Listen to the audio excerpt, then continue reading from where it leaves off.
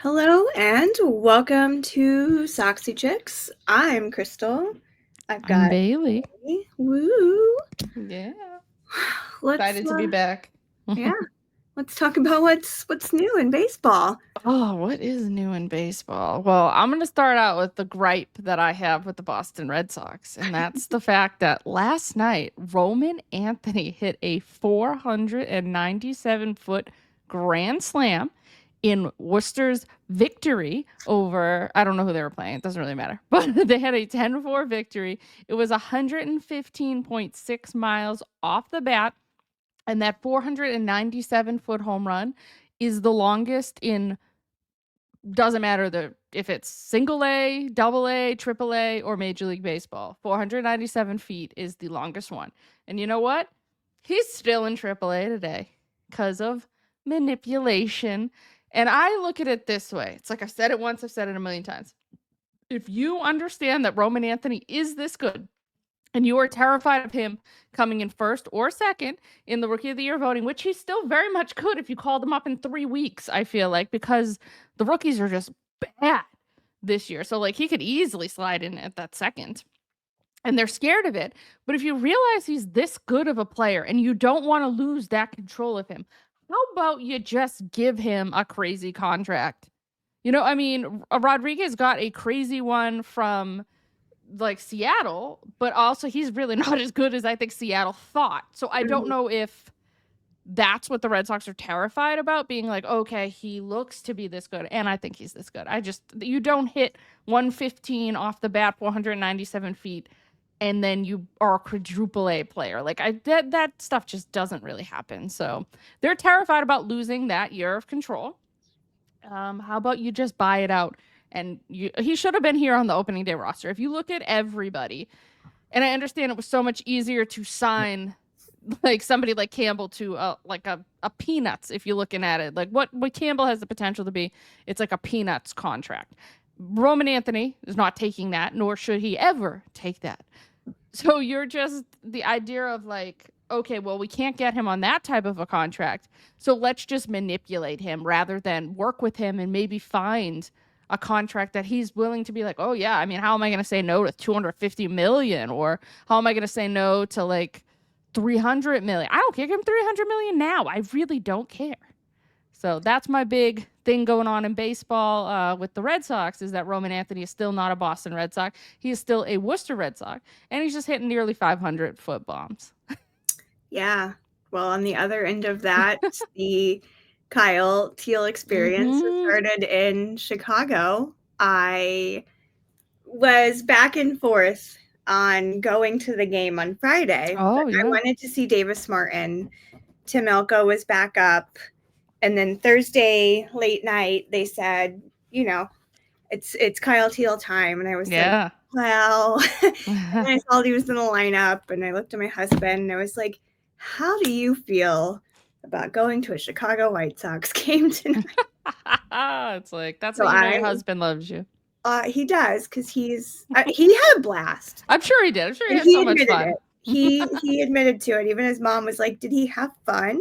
We also had found out that my husband had not seen a White Sox winner in 9 years, like in person. That's atrocious. A 9-year drought. So they won Friday night. But yeah, Kyle Teel was up. He did great. He had like a silly base running, caught stealing thing, but then he also stole home on a wild pitch. Oh, hell yeah. So he was great. He's been really good. I know he's had 3 hits in the last like 2 games he's played, because I was also there yesterday while we were recording, because again, I had to see my guys. But he's been fun. His call-up videos made me very emotional, as those typically do. The call to his mother was just like, oh, precious little angel baby. Yeah. I mean, I hope he's as good as, what he's supposed to be. But I also do find it funny that of, like the Red Sox core of like their big 4, that the best of the big 4, at least on paper, is the one. And I understand he's also the youngest. I completely understand that. But he's the one. And it's not even like, oh, he's just like playing okay. He's the literal best player in AAA. So it's kind of funny that that's the last person to make their major league debut. Yeah. And That's I'm like, brutal. but it's like you only hope that like that a trade can actually work out for both, that you can get like the controllable guys that can help you in the future to near future, and that Garrett Crochet, like last night he didn't pitch the best, but his line also wasn't as bad as like how he really pitched. Like he owned Aaron Judge last night. Aaron Judge looked like a frigging Babe Ruth little leaguer, like against Crochet last night. Like the Red Sox defense, even though errors weren't charged, totally like let him down. But he'll never say that. He'll come out and be like, "No, it was me. I gave up 5 runs, and thankfully they were able to score and win for me." But it still wasn't as bad as the line will look. But I was like, of course, the one start where he has to kind of have a little poop has to be against it, because against the Yankees, because then that means Yankee fans on Twitter are just going to be like, well, he gave up 5 runs. I'm like, yeah, well, he still won the game, so bite me. You know, like I had some dumb Yankee fan in my mentions being like, oh, how's Crochet doing real well? Like, really, how's he doing right now? And I almost wanted to respond, but I didn't. But I would have responded being like, who won the game? Like, who won the game? I love, you can't chirp when your team loses the game. Chirp when, if he got blasted out and your team actually won. Sure, chirp that, but you can't chirp if you lose the game. I'm sorry. Well, the White Sox just took they won the series. They were losing. I turned the game off about 10-15 minutes before we started recording, because they were down 7-2 at that point. Ooh.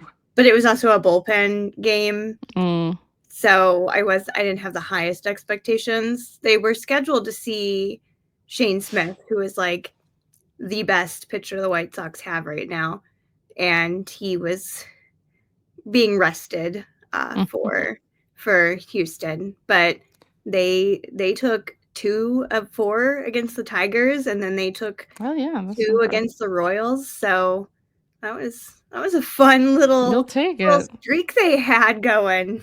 It's like, if you put, like, as I went to, there's a brand new casino like right by where my parents live in Massachusetts. So I was like, oh, we gotta go check it out.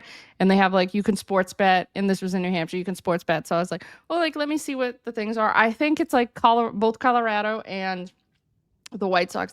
If you put like $10 down for them to like win the World Series, I think you could win like an egregious amount of money. Like, and I was like, I was almost tempted, being like, come on, one of these teams just randomly pull it off so I can win like $100,000 on $10. Like, I have to make like this detour because you mentioned the Rockies, and it reminded me of this TikTok that I saw last week. I brought it up on Visiting Dugout. I have to bring it up again. There was this woman who said that when she was in 2nd grade, her class all wrote to a baseball team because there were enough kids in the class to hit every single Major League Baseball team. Everyone got a letter back but her. Like the Mets, like for example, the Mets, the kid that wrote to them, they sent him this like massive like PR package full That's fun. But like at least everyone got something back from their team but her, and she wrote to the Rockies. And so she was like in 2nd grade, and I mean she's at least 20s. Yeah. I am terrible at like determining age of people, but she was like, in 2nd grade, I put a curse on the Rockies and I curse them every single year. And she was like, I have drove by their stadium and flipped them off because I'm still bitter about never receiving a letter.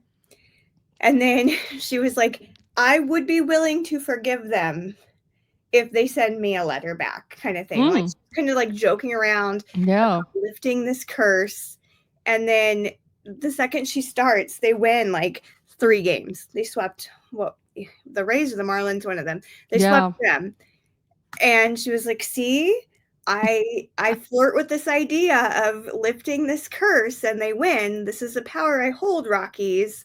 So I'm waiting for her to like pop back up in my algorithm to see if they send her anything. But I love that like every team But like, how terrible are your PR people at that time Right? that like a kid is writing you a letter and you're like, nah, because like you said, like you just send a little package. It doesn't like it's like, oh, here's a kid writes to us, here's the generic, here you go, here's the package we sent to you. Not getting anything back is kind of crazy. I know, especially to a child. And that Right? was the thing, she was like, my teacher double and triple checked the addresses to make sure that they were right, because Yeah, she didn't want this to to happen to any happen. kid. She didn't want somebody to not get something back. And yeah, every single team but the Rockies replied to these kids. That's so sad. Well, Colorado, that's what you get. I mean, that's truly what you get. I wonder, depending on how like old she is, I wonder if it was like 2000, pre-2007, or if like she still cursed them and they got destroyed in the World Series because of this little girl. Based on kind of, again, I'm terrible with age. Based on how she Aging, yeah. looked, it was probably pre-2007. I mean, she's probably late 20s. Late 20s, yeah. And if she was, yeah, that's so funny. Because they did, like, they looked like they were on this, like, dream run, and then the Red Sox just were like, nah, guy, you aren't a good team. I don't know how you fudged your way to the World Series, but we're just gonna spank you into next week. Oh, no. Speaking of teams, like, we're jumping all around our list, but it's totally fine. Speaking of teams not doing something, the Texas Rangers are the only team in Major League Baseball that is not celebrating Pride. And it's so perfect that it's the Texas Rangers. It just is like, but I love that the other team in Texas is like, nah, we're cool with doing a Pride night. But that other team is like, nah, fuck it. I'm like, how bad of a look is that? And yeah, and they never do it either. Like, this is not the first year that they're like, no, we're not doing Pride. Like, they legitimately don't do it. I hate that the Red Sox are one of the teams that don't do the Pride colors for like the whole month of June. They'll always do it whenever their Pride night is. But like the Mets always go out and always do like all of the colors. The Dodgers do the colors. Like, it's just colors.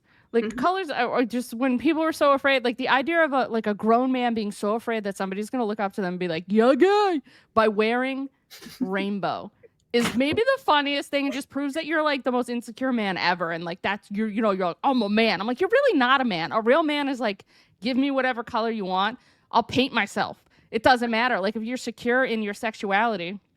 Like, I love that they're doing, I think San Francisco's starting it. They're doing like Pride colors on the stitching. I think on Pride night, that should be the ball everybody throws. And then you like can give it to charity or something. Like, yeah, the Mariners. It's the Mariners that are doing it. The Mariners are doing it? Yes. I was like, that's such a cool thing, you know? And now I know that the only team that ever wears Pride colors is San Francisco, which, I mean, makes sense if you're going to have any team do it. But I remember when the Rays tried to do it, and like 4 of their players were just so afraid of colors. And it was a patch. That's all it was. It was a patch. And they were like, no, we're going to rip this patch off. It goes against my views. What views? Christianity at its core is an accepting, Jesus died on a cross for people, like to love people. But you're like, nah, sorry, that goes against my Christian values. I really want Jesus I want the Jews to be right and him just to come back and literally just be like, F y'all. Because you're not abiding by any Christian value whatsoever by hurting people and like alienating fans. And so Texas feels great that it's so on brand for Texas, though. Like, y'all are trash. Sorry if anybody. I hope that there's like, all right, so not everybody's trash. The lovely city of Austin, they're very liberal. They believe in gay rights. They believe in women's rights. They believe in rights for everybody. We love that.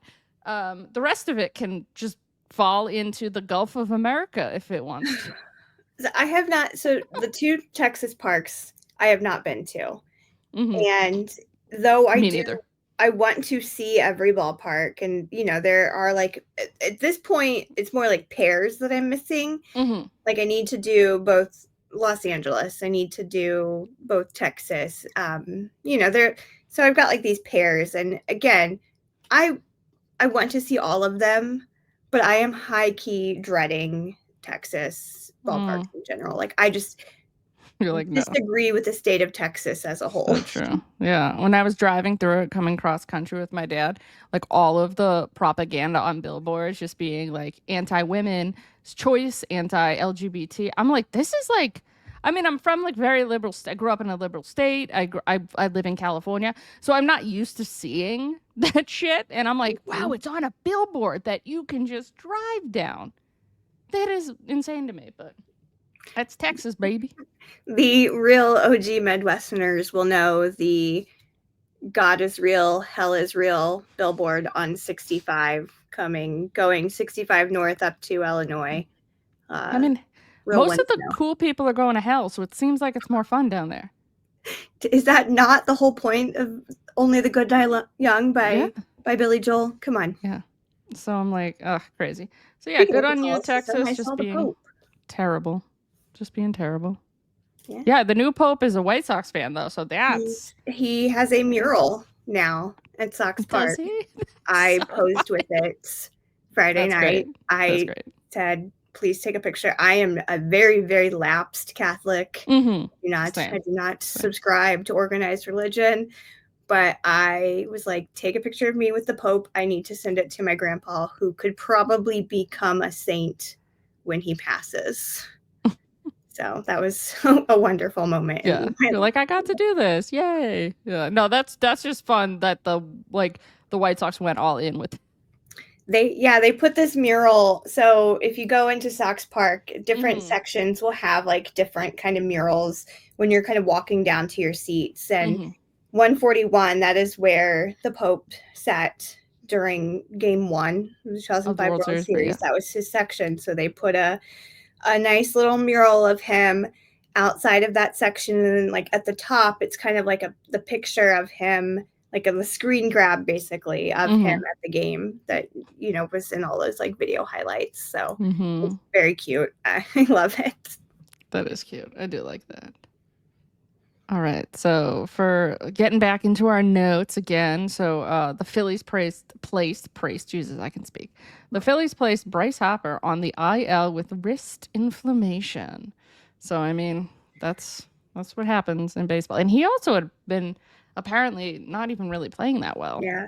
And I'm like, he had not been very good, and I wonder if this injury could be why. Kind of was the reasoning, just was undiagnosed. But yeah, he has not had a good 2025 prior to this injury stint. Yeah, and like the thing is, like every baseball player will be like, no, I'm fine. Like it doesn't even really hurt. Like, and they'll like make those excuses for themselves, where it's like, I feel like it's the same thing with like Christian Campbell. He had like an awesome April, and I know it's an adjustment period. They're figuring you out. You have to figure them out again. But he got drilled in the ribs. And I'm like, since then, it's like when the downfall started to happen. And he's like, no, I'm 100% healthy. I'm like, are you really, though? Like, are you really? So that could be kind of what was going on with Harper, too. Don't know, but yeah, way, way down season for him.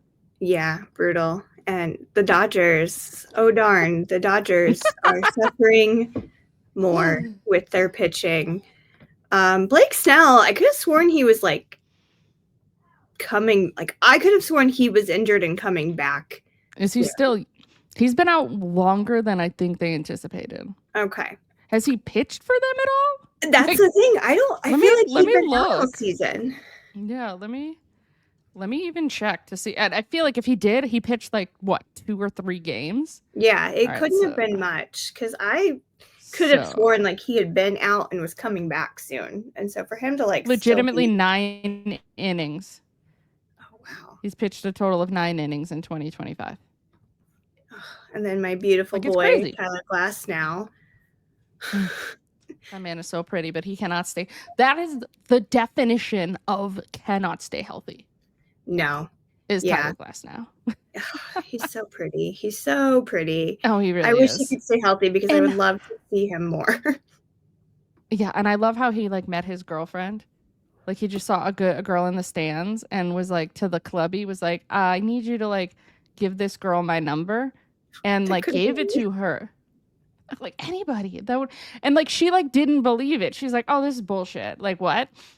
And then the clubby guy was like, no, it's like really from him. Call him. So like I guess she called him and was like, oh, so do you do this all the time? And he was like, no, I don't. Like I really don't. Like I just saw you in the crowd. And like, I want to know if you like wanted to go out. I was like, what? And like, and this isn't a knock on anybody's beauty. Like she is a very pretty girl, but it's like a wholesome pretty woman. It's not like Kate Upton walked down and he was like, oh, damn. Or how, like, with Carlos Correa, like, his wife threw out the first pitch and he looked at everybody in the dugout and was like, that's mine. You know, like, apparently it's literally what he did. And these women are, like, quote unquote, like, beauty queens. Like, his Glass House girlfriend is beautiful, but not in that, like, I'm going to get this supermodel beautiful. He just saw this girl he thought was pretty. And I'm like, I love that. Like, I love that. He shot a shot and it worked. It's also, when you take one look at him, you're like, oh, yeah, okay, yeah. I would love to have the Cillian Murphy essential, like the Cillian Murphy dupe that also plays baseball. Right. Dreams. Yeah, it really is. So I was like, good on this girl. She's my idol right now. Yeah, so they're down bad on their pitching. I love that for them. But they were down bad and they won the World Series last year. It's like they always, but then they have not been playing to, and I know it's because of the injuries, to the extent, like they're not the best team in baseball. That's the freaking Detroit Tigers, and they're number 1 in the power rankings. And so it's like, it's funny to see this team be like, I don't know, like have flaws, because you're like, oh yeah, this is just going to walk their way to, and they might still walk their way because they were so injured last year. Like Gonsolin is down now too. Gonsolin didn't even pitch last year, did he? So like, I don't even know if Gonsolin pitched. Glasnow was hurt. They didn't have Snell, but so they just added another injury-plagued player, even though when healthy, Blake Snell is so disgusting that I wouldn't have cared. I would have given him all the money in the world. Like, you know. Whereas somebody else, I didn't put this in the notes, but you want to talk about people down bad when they sign free agents. That is the Arizona Diamondbacks. Like, holy shit. I mean, it started, I think the first one was Rodriguez. Rodriguez has just been butt for them. And then they were like, this year they were like, oh, we're also the luckiest team ever because, you know, it's like, the idea of like, oh, it's like you can go anywhere to pitch, but like they're like, no, it's like I just want to stay home, and like getting a guy with like that amount of talent, it's just like, okay, great, so he's gonna stay here with us. And then he just like, I saw the whole video, like he threw the pitch and then immediately like looked down at his arm, I think like called him in, and like you could like read his lips, and it was like, oh, I'm effed. And so like so many people wanted Burns, and now it's just like, oh yeah, he got to stay home. They got a discount, but they still paid a lot for him. And you're just like, I just, like, and I like Arizona. Like, I don't want them to be down this bad, but, and then there was somebody else and then it's like, I remember everybody wanted, the Red Sox all wanted him. Who was it last year that signed there and just been terrible for them too? Oh my God, I'm blanking on him. I can like see him. He was a Yankee. And I remember Red Sox fans were like, we need him. And then he just has been terrible. So that's like 3 pitchers that they signed as free agents that have just been either hurt, like Burns. Like Burns is still good. He was pitching well. It's not that he's not good. It's just he now needs Tommy John surgery. So you're just like, wow, what's going on? What's in the water in Arizona? And I feel bad because that's a lovely stadium. They have lovely fans. It's like, yeah, I have no issues. I don't follow Arizona closely, but I have 0 issues with them as a whole. I like the state. It's way too hot for me, but I enjoyed my time there. It's so hot. I went in May and it was like 98 degrees and my hotel was walking distance. Like I'm talking like I take like a right out of my hotel, a left, and like you can see Chase Field. I'm like, oh, it's right there. I was like dead by the time I got there. I'm like, my dumbass went to a Vans Warped Tour in Arizona in like 2008 in July. And I was like, I would rather die next time, actually. Don't ever invite me back to this place. I'm going to die. I don't do heat. I can't. Yeah. I like a good heat. I like a dry heat. So that's why like Arizona's more okay. Yeah. But I feel like I need to be prepared for something like that. Like the sunscreen has to be really on. The hydration has to be really high. It was like I went to iHeartRadio in Vegas and it was in September. And I was like, oh, it's not going to be that bad in September. So I stupidly like didn't wear enough sunscreen and I had sunglasses on. I had such a sunglass burn like on my face. The only saving grace is this was like the only festival that like I've ever been to. And my friend goes to a lot of them where they provided you free drinks. They were like, here's all this water. Pepsi like sponsored them, so there was all Aquafina and Pepsi products. I was like, whoa. It was nice. Yeah, so I went to When We Were Young, and that's October in Vegas. And I was lucky. They allowed you to bring in a water bottle. The only thing was like it had to be clear. Yeah, that makes sense. And as long as it was sealed, you could bring in like a full water bottle, or it was either sealed and full or completely empty. But either way, they let you bring one in up to like so many sizes. So like I brought like one of those big smart water bottles, and they had stations all over the venue to like refill your water. Yeah, which it should. Thankfully, I didn't like die in Vegas in October, but it was hot enough. Yeah, it's still hot there. Like it's September, I was still like waking up, and it was like we were there like end of September too, so it wasn't even like, oh, it's still technically kind of like that August heat. Yeah. It was like we were like dying. Stays hot. Yeah. Speaking of not staying hot, poor Craig Kimbrell. Oh, poor guy. He's DFA'd immediately after a scoreless inning, which like saved the Braves.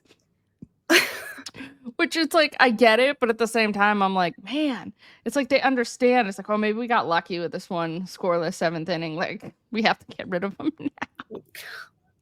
I feel for him because he really has kind of just declined. I didn't ever feel like he was great in the first place. He drove me absolutely insane when he was on my Sox. As a Red Sox fan in 2018, there is a reason that Chris Sale closed. Yeah. Yep. Sorry. It was like giving me he gave me so much heart palpitations. Like that amazing catch that Benintendi made in left field on Bregman was when Kimbrell was out there. And he was like, if that got past him, game's blown. Yep. And then, yeah, he was on the White Sox too, so you know. Unfortunately, seen him too many times in my life. He seems like a really nice guy. He is. All the happiness to you, Craig, but there was a very cute moment with him with the White Sox. It was the Kimbrell kid. Aww. Where the broadcast picked up this kid who was mimicking Craig's stance. Yeah. Weird, yeah. He was in the stands and he's just like laser focused on Craig Kimbrell and he's like mimicking the stance, and the broadcast picked it up and they just kept going back to this kid like the whole time. Like, let's ignore Craig Kimbrell because that was for the best and just focus on this sweet little kid. Aww. And Craig ended up meeting with this kid. Oh, that's great. Ball. Like they did this whole exchange. It was very, very sweet. Like it was a sweet moment, but I can only take so many moments with Craig Kimbrell, and that was my limit. Yeah. It's like, I think there's a hang it up moment, and it sucks because he's still like, 36, 37. Like, it's not like he's super old. I mean, not many 37-year-olds are still that good. I feel like the only person that's somehow like aging in reverse is Aroldis Chapman, especially this season, which, I mean, it could work out really well for the Red Sox because if the Red Sox keep nosediving, that's going to fetch us something nice, something real nice. So, maybe all in all, like, I'm okay with Aroldis Chapman having pitched briefly for my team, and he shoved it down the Yankees' throat last night, but then proceeded to potentially roll his ankle. So that's real fun. Because I'm like, I know we need that trade value. That's what he does best. Oh, but I can't. But speaking of Red Sox, Bregman has started running, which is a pretty huge thing. There's no timetable. I'm not expecting it like next week he's coming back. But the thing is, when this injury happened in 2021, he was out for 2 months. So if he can come back way quicker than that, I mean, that's great. Even though, weirdly, the Red Sox offense has been on a heater lately. Like, the offense has not been an issue. It's been how bad the Red Sox pitching is. It is bad. It's like the Boston Red Sox and the historically bad Colorado Rockies. So, but of course, you still want Alex Bregman on your team. But, and then, of course, last night's game, Trevor Story had a hell of a game for himself, so he's just bought himself like 3 more weeks before he's DFA'd. So he just keeps adding. He'll have like one good game and then go be poop again for like 3 weeks and then have another great game and be poop again. That's literally what's like. That's the Trevor Story experience pretty much in the year of 2025. Yeah, I get it. Unfortunately, on the other end of this, poor Shane Bieber has experienced some elbow soreness. He had Tommy John surgery last April, and has been in a pretty slow rehab. But I have to look. I want to see how old he is. He can't be that old. He is 30. 30. Oh. So he was pretty young when he won that Cy Young in the Mickey Mouse season. The Biebs is good. I feel for it because I was just talking about this on Visiting Dugout with my Royals episode. We were both saying, like, we like when, our division rivals are good, because you would rather beat a team that's very good and say, I did that, than beat up on a bad team. And, I feel for the Guardians. Bieber is so good. So it's been a big, and they've experienced a lot of rough pitching, at the beginning of this year. They let go of McKenzie because he was going through it, And nobody picked him up at all. No. So he's just out there. Bummer, because I love Tristan McKenzie. Yeah. I wanted to see him succeed somewhere. I would have been fine if the White Sox picked him up and put him in the bullpen.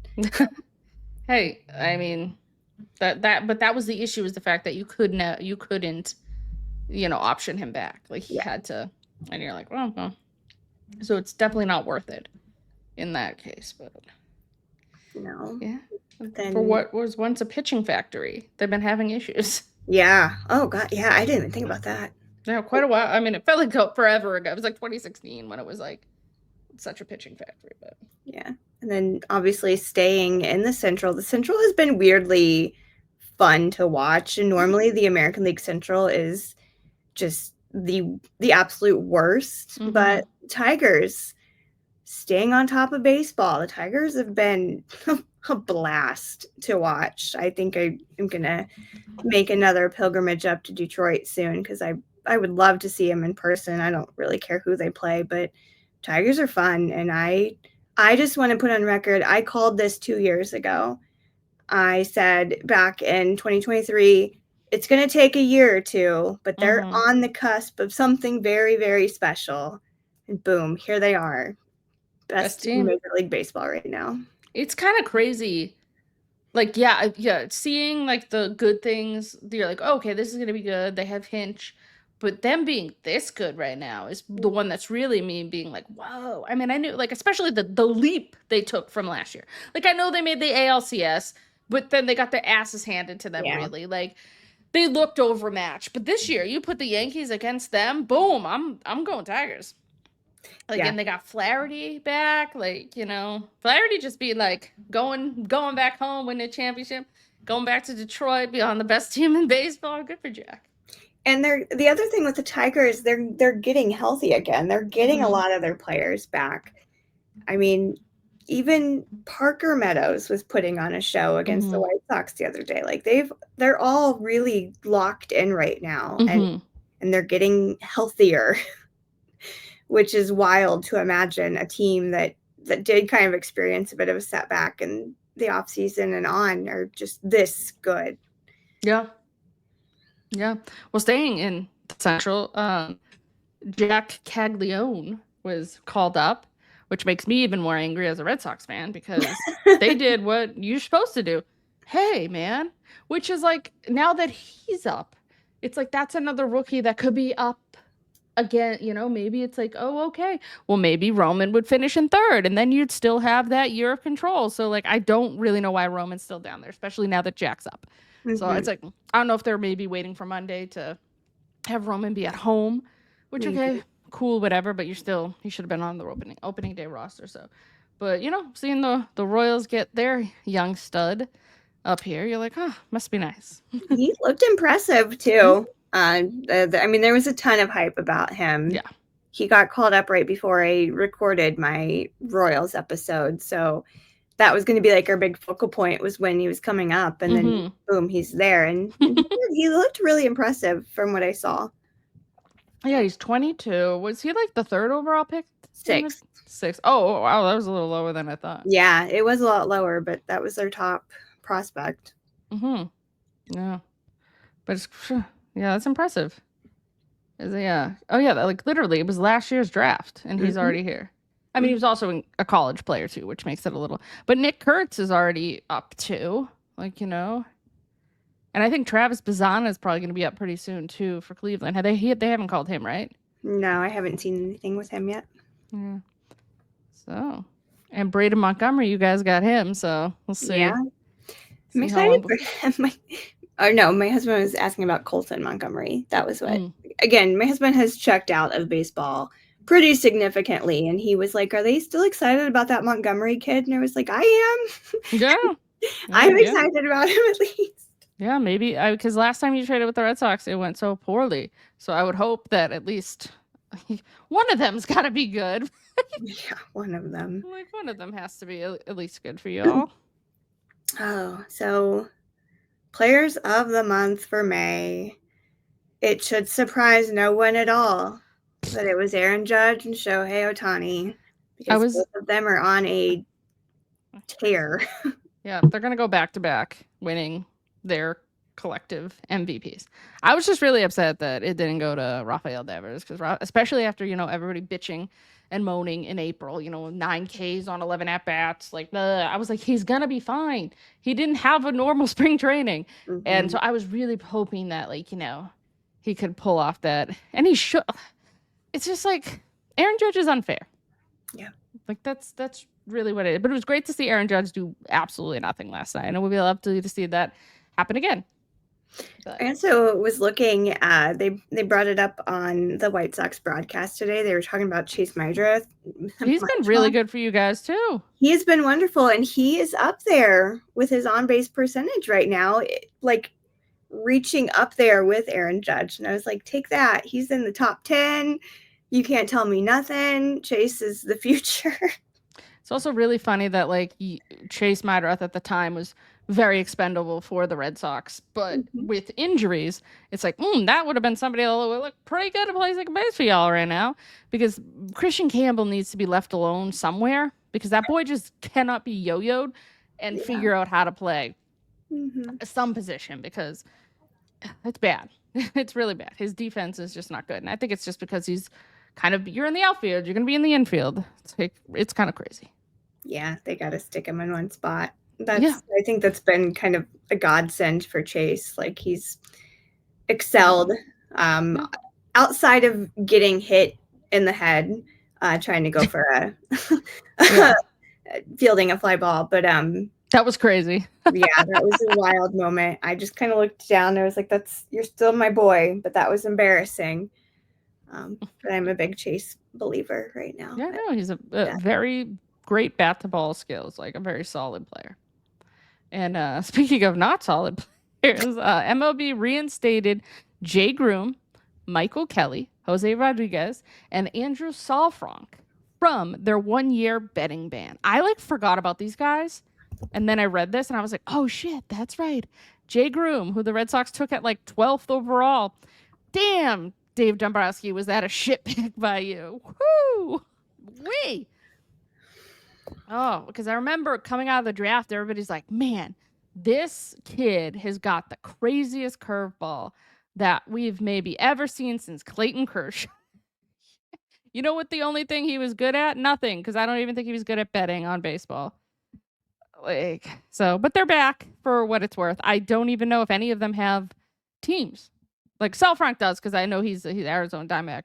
But I think the Jay Groom was released by the Padres, because he was part of that, he was traded there. So I don't even think Jay Groom has a place to play.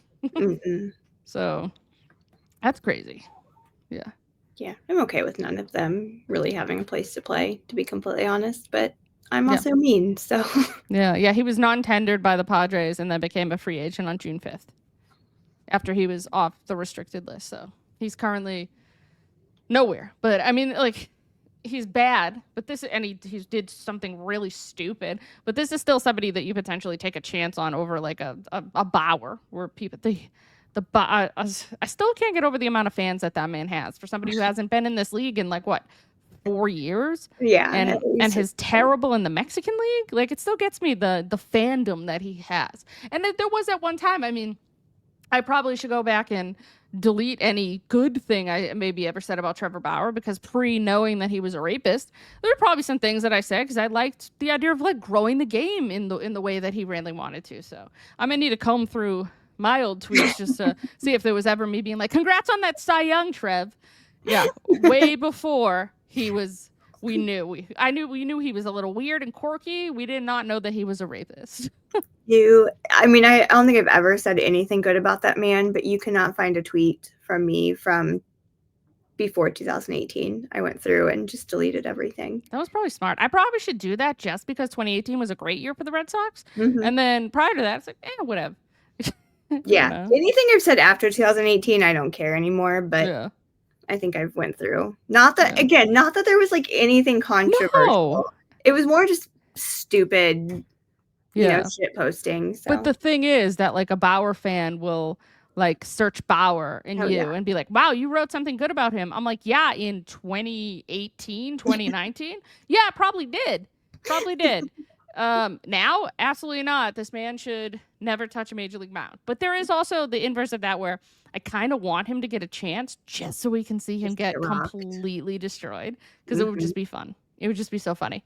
Mainly because then it would be like him and his little girlfriend / whatever she is, like agent, manager, whatever, mouthpiece, just to see what like they could possibly say after he gets completely destroyed in the league. Well, do the Rangers want him? That's about the only team at this point where I'm just like, pick him up.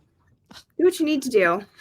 Yeah, I want one Ranger to just like come out and like make his own Pride Night. That would be cool, but this is Major League Baseball.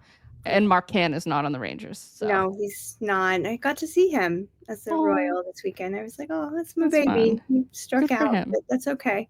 Yeah. Better news. Mm-hmm. This is exciting, and I'm glad that we can talk about it because we, took a little break, but we've got professional softball. That's so exciting for Athletes Unlimited Softball League. Mm-hmm. Obsessed. My friend Colleen actually they went to the game yesterday in Rosemont in Illinois. That's cool. My friend Jackie was going again today. Our girlie Kim Eng is the commissioner for it. That's so cool. We love that. Obsessed. But yeah, like Chicago adjacent, they have the Bandits, which That's cool. I'm obsessed with. I'm gonna try to see them in July. But yeah, so a 4-team softball league. And in your notes, you put women's sports are now more than $1 billion per year, and the stakes more than 20%. So this is amazing news, and it's about time we made softball at a professional level. And I hope this grows. I hope this expands. Especially when they took it away from them in the Olympics, because that was like they played well at an elite level in college, and their like crowning achievement would be like, okay, we can go win a gold medal. Yeah. And then that's taken away from them. And it's like, we're so good at this. There's a league for women to play basketball. Like, why can't we play at an elite level and make good money? Especially now, name, image, and likeness. These women can make great money, especially at the collegiate level. But yeah, and also I was shocked. I didn't realize that there's up to $1 billion in revenue. Like, that's awesome. I will also note and I feel like we talked about this maybe last year, maybe even the year before, but there's this woman's sports bra called the Sports Bra that has been pretty popular. There's one that recently opened in Illinois. There's one coming to Indianapolis, which I'm pumped about, and they only play women's sports. Yeah, that's fun. Like the TVs are just nonstop women's sports because people do watch it. I promise, people watch women's sports. So women's tennis makes more money than men's tennis. Yeah, it does. Like, it's a fact, because you'll get some people being like, this is the only thing that so in like everything outside of a Grand Slam, they always just best out of 3. With the Grand Slams, because it's been like this for 100 years, the women are still best out of 3, but the men have to be best out of 5. And a part of me is like, I know these women are strong enough to play these best out of 5. So a lot of people will bitch that, okay, you're not playing as much as the men, which is fair. You're not. Why should your money be the same? I'm like, it's because they're making more money than the men. the revenue is higher for them. So that's why you have equality. But I still do. I'm like, man, these women could easily go 5 sets. But with it being like around since like the 1700s, like that's never going to change. But yeah, because every other thing except for the majors, like the major Grand Slams, everybody's just best out of 3. But in the Grand Slams, the men have to play best out of 5. But you know what? Make as much money as the women, all right, men? Yeah. Come at me. just so you know, women do all of this while also menstruating. Yes. So yes. And being pregnant. Yeah, pregnancy, menstruation, all of it. Women are just really that badass. Mm-hmm. My favorite thing to see is when people are doing those. It's almost like a TENS unit they're putting on people to like replicate like period cramps and contractions. And my favorite videos are like men where they start off at like 1, they're like, oh, this isn't bad, and then it goes to like a 3 and they're like, oh my god, I'm gonna die. I'm like, yeah, I'm just like walking around vacuuming, don't want to that cramp. yeah I'm not playing at like professional sports at like a high level, being like, oh yeah, by the way, yeah, it's like one of the jobs I had, we had to give tours at a major studio in Hollywood, and it'd be like we had these disgusting suits, which was just a big problem anyways. They need to overhaul that outfit, and we were dying in them, and then you get the men being like, oh, I'm dying. I'm like, yeah, try doing that while bleeding vaginally. Yeah. And then like walk out of the room, and they wouldn't like not know what to say. No. Yeah, crazy. But Evan Longoria has retired as a Tampa Bay Ray. You know, he got his little 1-day contract, and they got to run him out there, and he is the most not even necessarily the most decorated, but like the most known Tampa Bay Ray. Yeah. Because he literally came up in 2000, and I think he was, I don't know if he debuted in 08 or late 7 into 08, but like during their like transformation into becoming the Tampa Bay Rays from the Tampa Bay Devil Rays in 08, and then going to the World Series, crushing my teenage heart by beating my Red Sox, who could have and should have gone back-to-back championships. I hate it. Hate you, Evan Longoria. No. Every happiness to you. It's great that you were able to, you know, have like at least a franchise like that has a name behind it, which is always great. Because like I guess when you think about like something like the Rockies, like yeah, they have Helton and like but it's still Walker, but it's like you know, you're just still like, oh, okay, like it's nice to have another like team that's like on the lower tier, at least have somebody of note to, you know, be recognized. So that's great. He debuted in 2008. I had to go. Okay, so he was only a Ray. He was Yeah. only ever a Tampa Bay Ray. No Devil Ray for him. We love that for him. So, the love of my life, Francisco Lindor, broke his toe. He's powering through it. In fact, Friday night, they were tied 2-2 with the Rockies, and he came in to pinch hit, got a double, helped them win the game with his broken toe. Impressive. That man is a beast. Wrap it up and go. I love him so much. Yeah, he wants to win. Like you can like see that in him so much. Whereas like there's plenty of players where you're like, oh, I don't do you care to win? Like you can definitely tell that it's like, no, I want to win. And so yeah.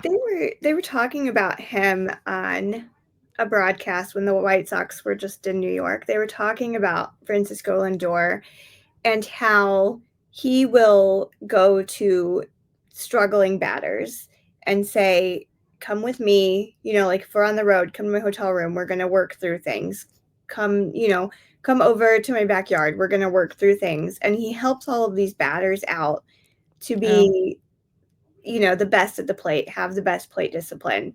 Like all he does is help other players. Like that is just kind of what he's known for, is just being, you know, this guiding light in, you know, the dugout for everybody. And he just needs to be celebrated more. Like I am so in love with Francisco Lindor. It's unreal.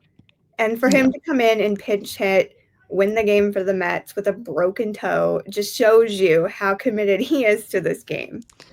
Yeah, that's like Bregman's the same way. You can tell like when they're miserable because they're not playing what they love. Like they're the first guy to the field. They're the last guy to leave. Bregman even shaved his mustache mid-game in the Bronx because, he needed a little rally. And like Bregman's traveling with the team too. Like he technically doesn't have to be doing this. Like he just had a new baby. He could just be like, sorry guys, staying home with the wife and kids, but he wants to be there. It's his job. He's committed to it. And yeah, we love to see players like that because there's so many players where you're like, do you even like this sport? Right. Yeah, you have like the Anthony Rondones of the world who hate being in baseball. And then you have Alex Bregman and Francisco Lindor who can't live or breathe without baseball. Yeah, like when the game ends, it was like the same way with Dustin Pedroia, and when he got spiked, and it's like you're like, oh, this is being taken away from you. Like you could have had more good years here, and like something you love that you wish you could still be playing. You just physically cannot be doing it, and that's so heartbreaking. Yeah, major bummer. Mm-hmm. But last little bit of good news for the Red Sox. Outside of Alex Bregman shaving mid-game is Marcelo Meyer got his first home run, and he was able to get the ball back because he hit it in Yankee Stadium. So he was able to and they were little Yankee fans. I saw the video, but they were cute. They were able to get like some bats signed and some pictures with Marcelo. And they asked him, they're like, hey, where's this, where's the ball going to go? And he was like, it's going to go where everything else goes, in his dad's office at his home in San Diego. That's where all of his accolades are since he was a little kid. And I'm like, that's so cute. I love Celo's the coolest guy ever. He made this incredible catch at third base, kind of flipped over, did his signature blowing of a bubble. And then there was this cop that walked by him, and she just was like looking at him like, damn. And he's just chewing his gum and walking so close. Like nobody needs to be a superstar more than Marcelo Meyer, just because of his swag levels. It's incredible. And I'm here for it. And Ellis Core just won't put him in the lineup against lefties. Your note about Roman Anthony after that made me laugh. Yeah.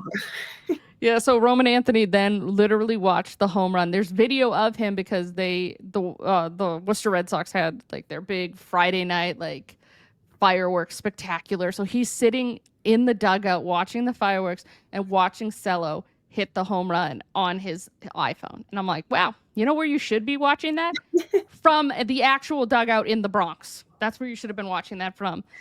But that's the world we live in. Yeah. Brutal. Mm-hmm. And then poor Ryan Mountcastle, poor Orioles, honestly, they are just... They really are. They are so down bad. It's unreal. They got Kowser back, though, so there's at least that. They did. But yeah, he's out for 8 to 12 weeks with a hamstring strain, because those hamstrings, I tell you. They really get you. Like, you don't realize. I'm like, 12 weeks? Because you tweaked a hamstring? It's crazy. It's crazy. Also, I wanted to add one little thing, because I was looking up an article about him to see what happened, and it was, and like up next it said Alonso matches Wright and homers this all-time Mets mark nears. So Pete Alonso has tied David Wright for second place in the franchise home run list as of today at 4 p.m. So about 2 hours ago, my baby Pete Alonso has tied David Wright, who is another one of my babies. Do you think Pete Alonso is going to stay Met? He's just going to... Oh, I love David Wright. David Wright was the best. I have a David Wright jersey. Love him. Yeah. So congrats to my polar bear man for doing that. I love him so much. He's great. He's great. Big fan. My favorite himbo ever. Yeah, I would love him playing first base for the Red Sox next year, but nope. Uncle Stevie, I don't know. He's got to give him that contract. No. There's that big old opt-out. Please do not take my man. We will fight. Uncle Stevie got to pay him, because Uncle Stevie didn't. Sorry, I'm looking into this article again. Yeah. It says Alonso just needed 912 games to reach the mark. Mm-hmm. Wright retired with 1,585 games played. So this home run was Alonso's 16th of the season, and he trails Darryl Strawberry, the Mets' all-time home run king, by just 10 home runs. Oh, he's got that easily. So he is coming up, and I love it. Mets are good, even with Juan Soto not being great. Yeah. But are there any last things you would like to say about baseball or the White Sox? The only thing I will say about the White Sox right now is that I am happy that they have reached kind of more fun bad territory. That's great. I checked the final score, and like I said, I turned it off at 7-2, and they came back a little. They lost, but they came back 7-5. Okay. So showing fight. Yeah, I'm happy that Luis Robert Jr. is slowly piecing himself back together. Slowly, but I really love this young core group of guys like Tim Elko, Kyle Teel, my boy Chase. Like, they have this really young core who has just been so full of energy, and they make the team fun. Yeah. Last year, I had, the worst season of my life. It was just abysmal. It was horrible. There was nothing. Like, there was the only positive ray of light that came from 2024 was Grady Sizemore on the TV just a little bit more often. Like, give me handsome. slow-mo Grady chewing bubblegum on the TV, and I am just done. Like, just that's all I needed. So the only positive light was Grady coming in and like changing the vibes and making things better. So for them to at least have reached kind of like fun bad, more competitive, more enjoyable to watch has really kind of turned it around for me for the better. That's great. I mean, that's what you want. Now, when you have the Red Sox dole out money for the first time in forever, and the roster's still incredibly flawed, don't know if I really like their manager or anybody in the dugout, really. They can still take the series in the Bronx tonight, and so let's just do it. Go out there, crush some Carlos Rodon. I know you still like your Carlos, but I need that man to lose really badly tonight. So that's my parting shot. Please, hopefully when this goes live, the Red Sox will have won 2 out of 3, and then next weekend win some more against the Yankees, because I always love beating the Yankees. It's really fun. Jeez. Yeah, well, that's what we got. We'll see you again in 2 weeks or whatever it is. I'm bad with dates. Yeah, we'll get on our. Yeah, we've been better this year, though. We have been a lot better. We've been more a lot better. We are just very busy women at the same time. Trying to get some stuff done, so we're here to chit chat. We love doing that. All right. Well, thank you for listening. We'll see you again soon. Bye.